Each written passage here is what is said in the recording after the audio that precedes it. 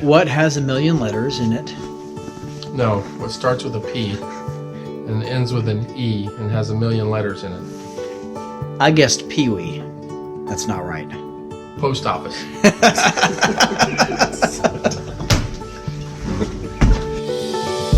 It's so hard to believe that 2021 marks my 20th year of sitting in this chair. Well, not this chair, this is my 4th chair, but nonetheless 20 years of running sound for my church. I love what I get to do. The mixing console is the heart of our sound system. This is where all the inputs and outputs converge. This is where I get to run the sound as if I'm playing a musical instrument. My name's Jude, and in today's Sound Advice, we're going to talk about which mixing console is right for your application, analog or digital. Now, I did a podcast with Not the Pastor, Nathan Oxer and Thomas Nunnery, and we discussed this very thing. It's in 2 episodes, links below. I hope you'll listen to it and give them a 5-star rating.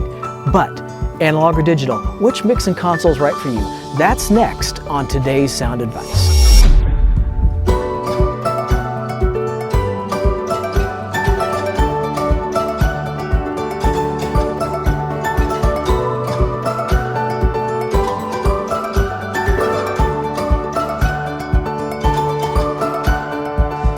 When it comes to the sound system, there's nothing more familiar and more recognizable than the mixing console. Some people call it the soundboard. That's the heart of our sound system. When I work with sound technicians, I teach them that the mixing console is a musical instrument that they need to play. Just as if you would sit down and play a guitar, a piano, a flute, violin, or even perhaps you're a singer and you're going to sing a song. Your voice box is the musical instrument. The mixing console is our musical instrument in this industry. So when it's time to sit down and figure out which mixing console is right for your specific application, there's 4 constraints that I work within. Number 1, define the need. Number 2, analyze the options. Number 3, determine the budget. And then number 4, master what you have. So let's go through those 4 constraints and figure out which mixing console would be right for your specific application. Number 1, define the need. What is the need of our sound system?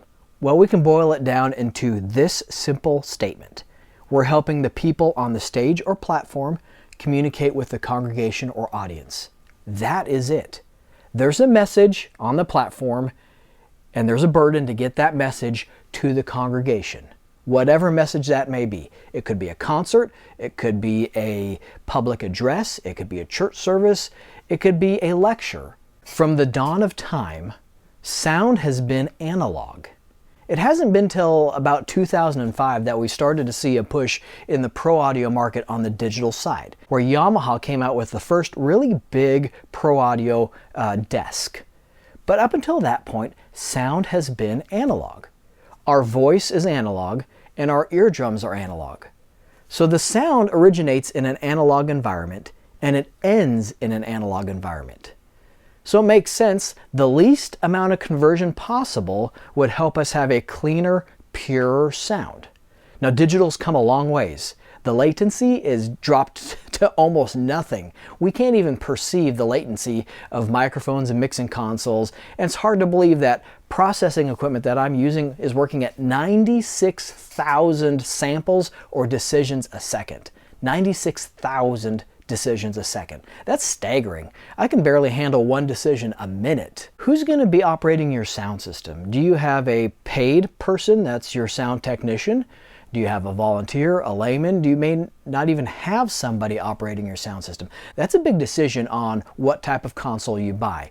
If it's somebody that's maybe older or somebody that doesn't grasp the principles of audio, I'll point them towards an analog console every chance I can get. I recently worked with a church in Kansas, and we got to the point where we needed to choose a mixing console. And I asked them, what do you want, analog or digital? They immediately chose digital, because that's what they've seen somebody else use, or that's what they felt like they needed to stay current in the market.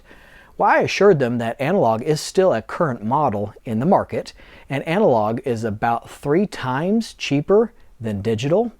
And so when we're looking at maybe a $1,000 mixing console, if they wanted the equivalent in digital, just to get into digital that's stable, they'd be spending about $3,000.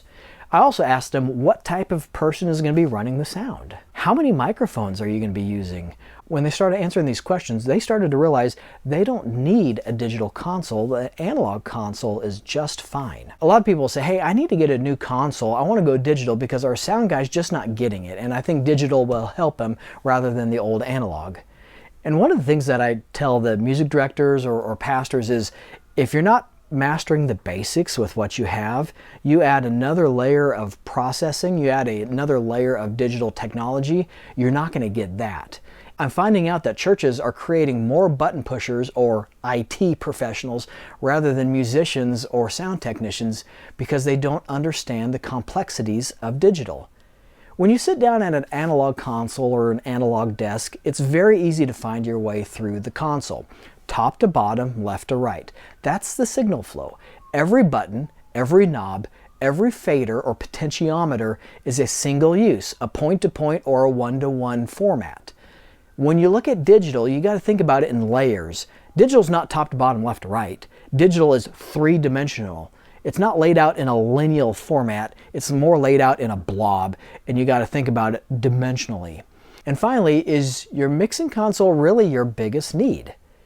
Do you have good speakers? Do you have good microphones? What's the processing or the tuning like on your sound system? Digital consoles are a big investment, okay? You got to nail that down. Digital consoles are going to cost more, and they take a lot to maintain. So if you invest a lot of money through a digital console into your sound system, are you going to get the payback? Are people going to notice that, hey, we just put in a sizable amount of money, but it doesn't sound any better? Actually, it sounds worse. So is the mixing console really your biggest need?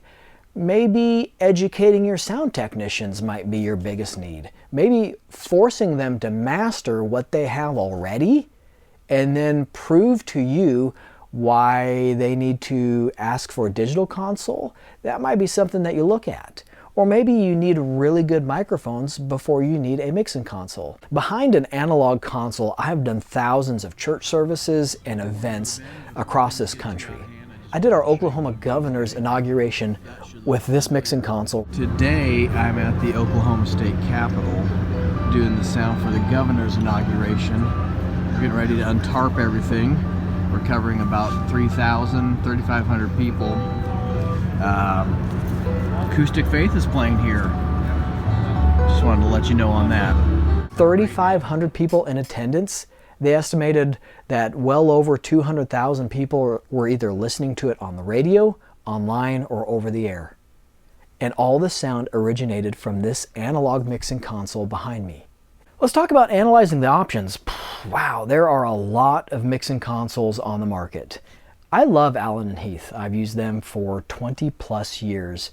They're a British company. They make great sounding consoles. That's what we have at our church, the Allen & Heath S7000 D-Live. Again, that's the queen of their fleet. That's what we use. We have an Allen & Heath Z428 behind me, a Allen & Heath 16FX below me. Most of the time, this is the mixing console that I go with, the 16FX or the 22FX. Another thing that we're experiencing a lot of is our churches are doing a lot of live streaming. So if you're doing live streaming, here's a good way to indicate, do we want to go with digital or analog? If you're sending just a stereo pair to your live stream feed, to your live stream computer, you can do that really nicely through an analog mixing console. You can do it on an alternate out, a subgroup out, a matrix out, an aux out. You can hit a compressor on your way to the computer, so you compress or squash down the signal to prevent the distortion and then raise the overall volume on your stream feed. You can also create really easily independent mixes to your stream feed off of an analog console using the aux sends. But if you're doing live streaming where you're wanting to remix and re-EQ your broadcast live, a digital console is going to be your best bet. With digital consoles, they have digital splits and tie lines that split the signal digitally and will transmit the sound over Cat5 to a sub console or to your mixing console. That is phenomenal. I use the Allen & Heath SQ series a lot to accomplish front of house and live stream mixing through the same device. You can operate your live stream mix through an iPad and be mixing an aux group that goes to your streaming feed, and then your front of house is still going through your faders. If you're satisfied with a stereo feed from your mixing console to your computer, You can do that through digital, and you can do that through analog. When we do our sound checks at our church, our music director, he'll have his iPad open on the platform, and he'll actually remix all of the monitor mixes on the stage during our sound checks.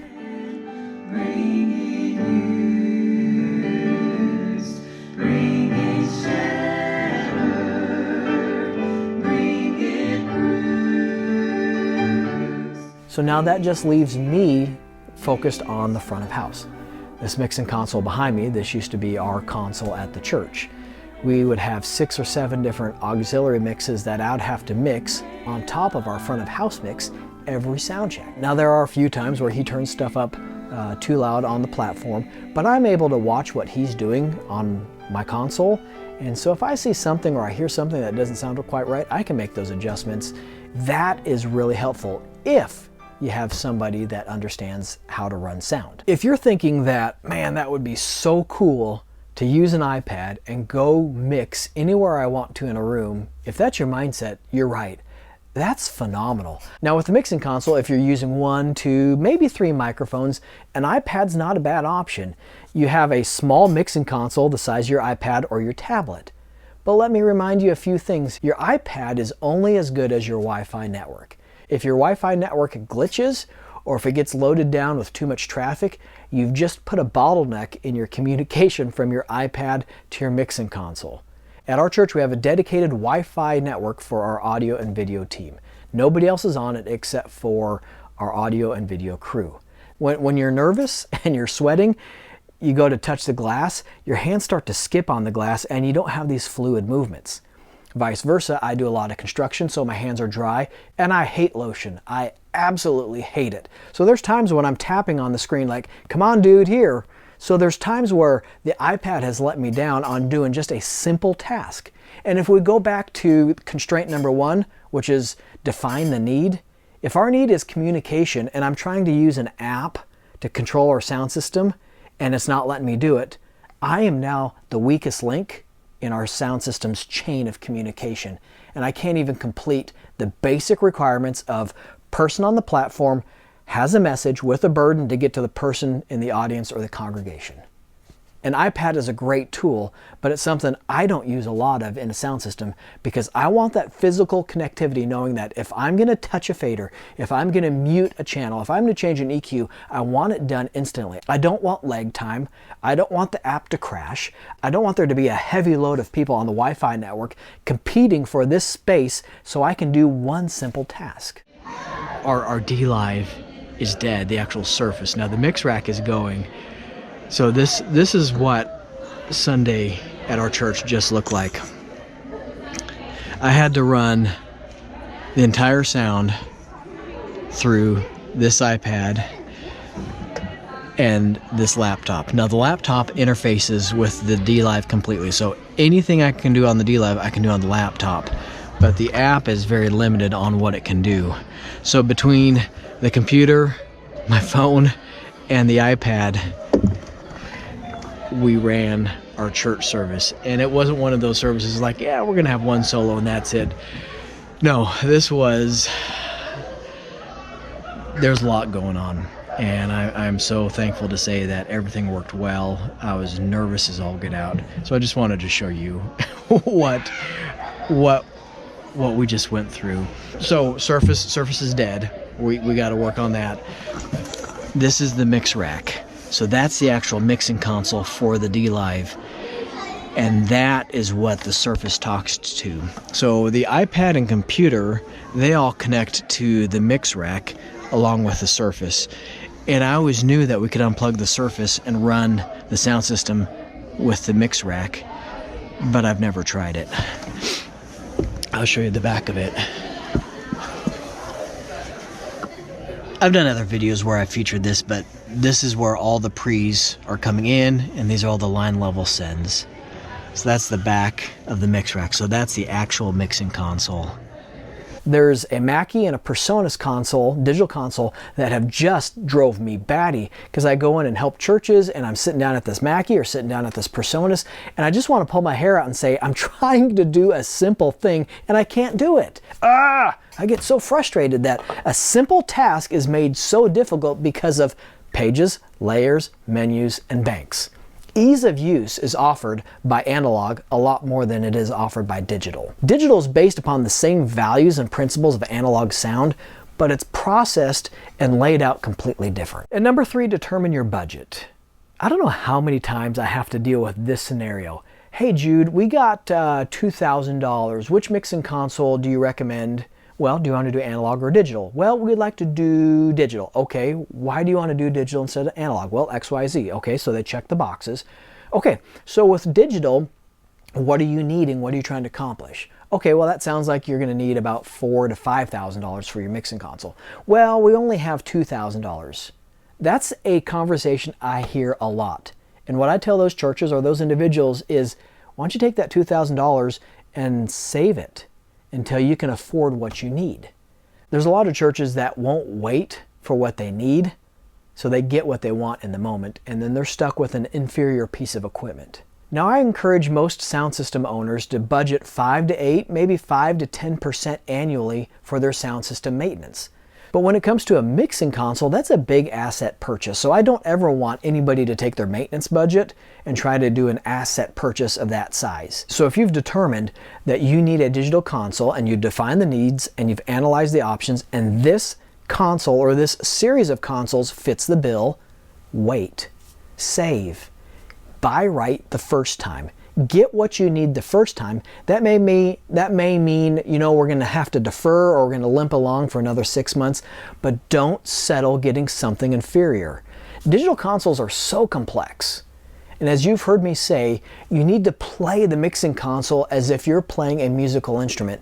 And if you get something that's clunky or that's not laid out well, you're not going to play it well, and that's going to translate into a sound that's not as good as it could be. At the time of this recording, the average digital console that I install is the Allen and Heath SQ7. That's going for about $5,000 now. But the next series up from the SQ, which is the Avantis, you're almost doubling. So you're at $9,000, $10,000, $11,000. It just depends on which options you go with. What we have at our church, $27,000. And that was 5 years ago at the time of this recording. That is a massive investment. So be willing to do the research, figure out what you need, and then be willing to wait and to save up that money and buy the right equipment the first time. And finally, master what you have. If it's analog or digital, if you're getting ready to switch from analog to digital, do your homework. Understand how these consoles work in and out. Know what it should sound like. Know to listen for distortion and where to identify all the distortion points. On an analog console, finding distortion is easy. On digital, it could be anywhere. And you got layers and pages and menus that you have to work through to find that digital distortion. With digital, you have a lot more built-in processing, which is phenomenal. But here's what I've noticed. Most of the people are more than happy to add more layers of processing, but they're not willing to sit down and figure out what's the mathematical problem that we're having. What's the fundamental problem? What's the root cause? And I'm rough at that because I'm not good with math. And I sit down with audio technicians or audio engineers and they'll have a whole pad of paper and they'll be writing down these formulas and this and this and this and this, working with harmonics and fundamentals and understanding the octaves and math. And they'll be like, okay, here's your problem at 76 hertz, but it's showing up at maybe 490 hertz. It's so amazing to think about if we just find the root cause and work at the root cause of the noise, we don't have to have that abundance of processing. It is nice, okay? Don't get me wrong. It is nice to have a plethora of processing abilities. But over the years, I found out that if you're not careful, you're going to take that simple, organic, intimate sound and you're going to cause it to be more processed, more like a machine. And when you're wanting people to make a one-on-one connection with whatever's happening on the stage or the platform, if it doesn't sound natural, they're not going to connect as easy. Master what you have. Excel where you're at. And when you're ready to take your game to the next level, be willing to define the need. Analyze the options. determine the proper budget, and then master what you have. Now, as soon as we wrap this up, I'm heading to the airport, going to fly to Phoenix, leaving snowy Oklahoma, heading to about 60-degree weather. We're going to be installing an Allen & Heath SQ7, and I'm going to show you all that's involved in getting that up and running.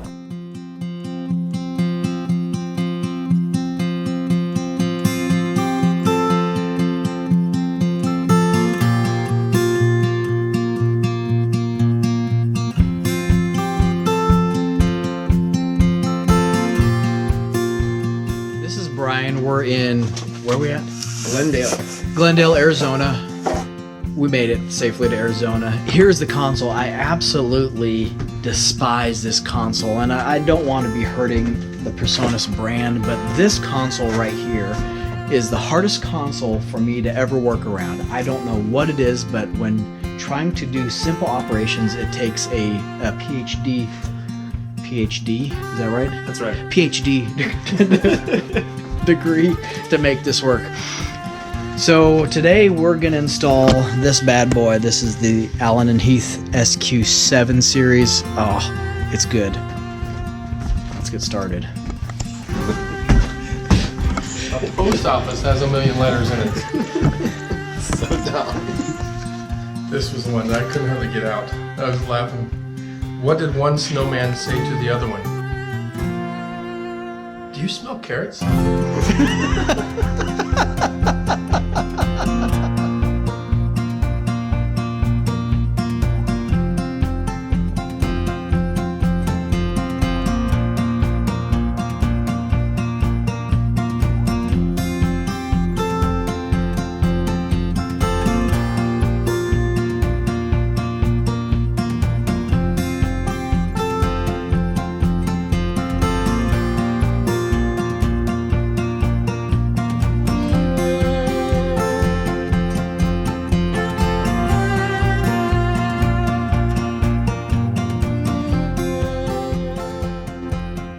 Compared that one to this one, just the layout of the screen is significantly easier.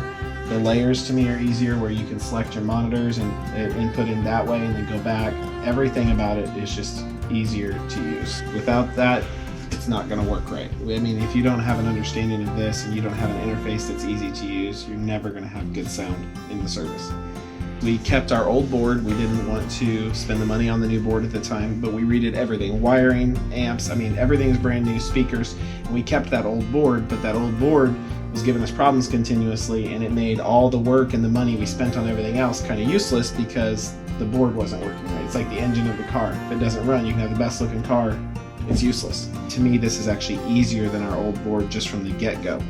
It's an easier layout, it makes more sense, it's easier to see what's happening everywhere.